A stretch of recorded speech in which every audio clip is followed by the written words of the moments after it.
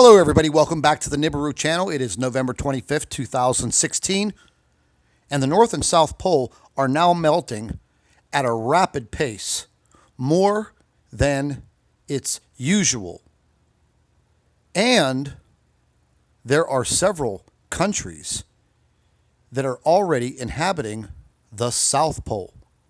I've discovered the South Pole Treaty, or as they call it, the Antarctica Treaty. Now, the reason why? Well, let's just look at it this way. There's a very large landmass under the South Pole, meaning when all of that ice melts, there will be an entire country or multiple countries. Now, the same does not apply for the North Pole, and you will clearly see that later on in this video. They are already inhabiting the South Pole, and new life is now forming on the South Pole region. Watch this video based on the South Pole first, then you will see the video pertaining to the North Pole.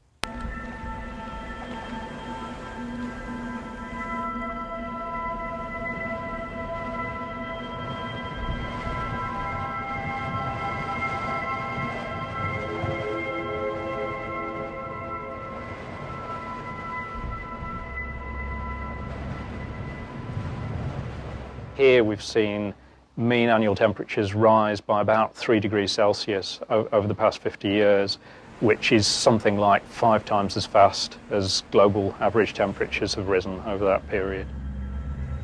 As a result, huge chunks of ice are breaking off the continent. In March 2008, the Wilkins ice shelf, about the size of Connecticut, broke away from the mainland. And while melting icebergs do not increase the world's sea level, land ice, such as Pine Island Glacier, does.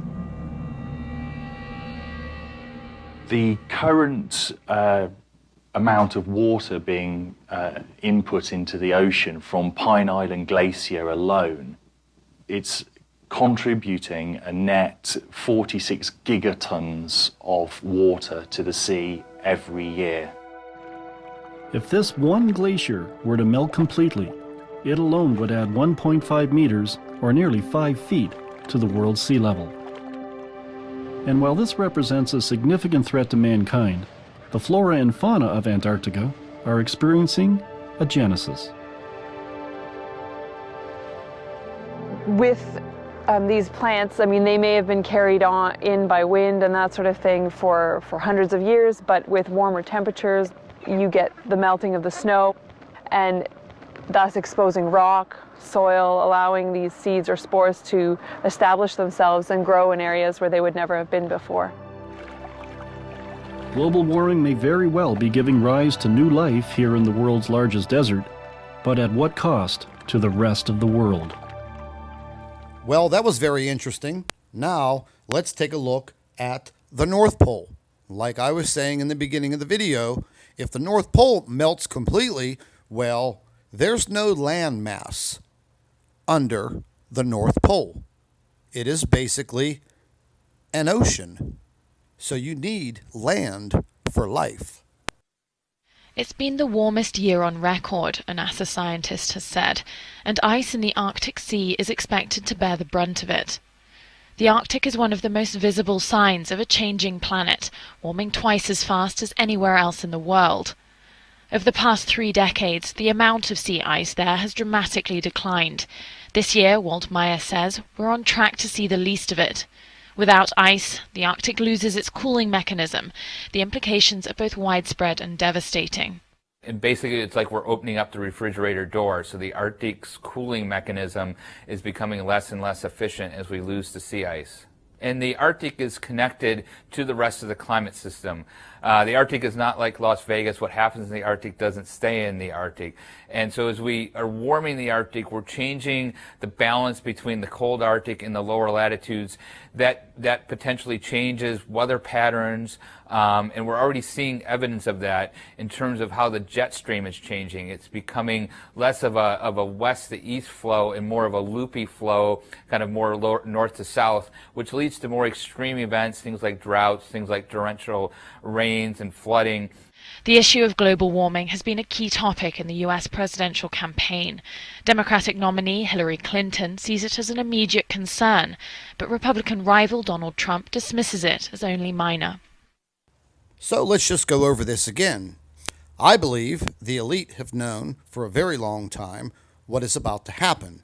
So therefore, they know that there is a very large landmass under the South Pole, and it will melt rapidly and has been heating up internally for quite some time.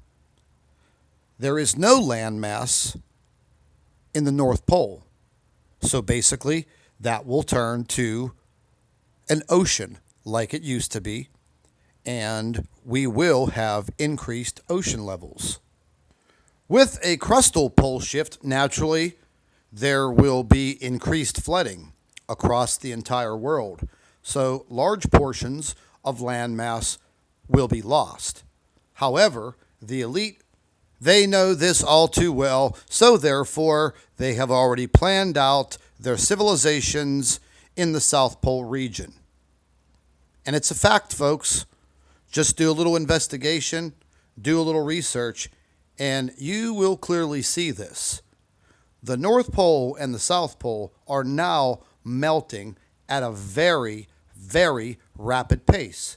And the South Pole is being heated internally. And I do believe in a very short amount of time, you will see the South Pole region becoming a multinational country.